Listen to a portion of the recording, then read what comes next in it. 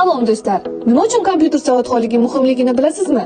Tasavvur qiling, ishlaringizni 2 barobar tezroq bajarsangiz. Zira hozirgi zamonda kompyuterda shunchaki Wordda yoza olish yetarli emas. Aqlli va samarali ishlash uchun kompyuter savodxonligi juda muhim. Mana sizga 3 ta kerakli ko'nikma. Birinchisi, fayl tuzilishini tushunish. Masalan, C user Shahnoza Documents. Ikkinchisi, fayl formatlarini bilish, PDF, Doc, Excel va boshqalar. Uchinchisi, yorliqlarni o'zlashtirish.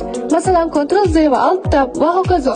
Bu ko'nikmalarsiz 1 soatlik ish 3 soatga cho'zilishi mumkin. Lekin OneIT Language bilan tez orada professional bo'lasiz. Bizning kurslarimizda birinchi darsdan kompyuterda tez, samarali va xavfsiz ishlashni o'rganasiz. Onlayn yoki offlayn Buxorodagi kurslarimizga qo'shiling.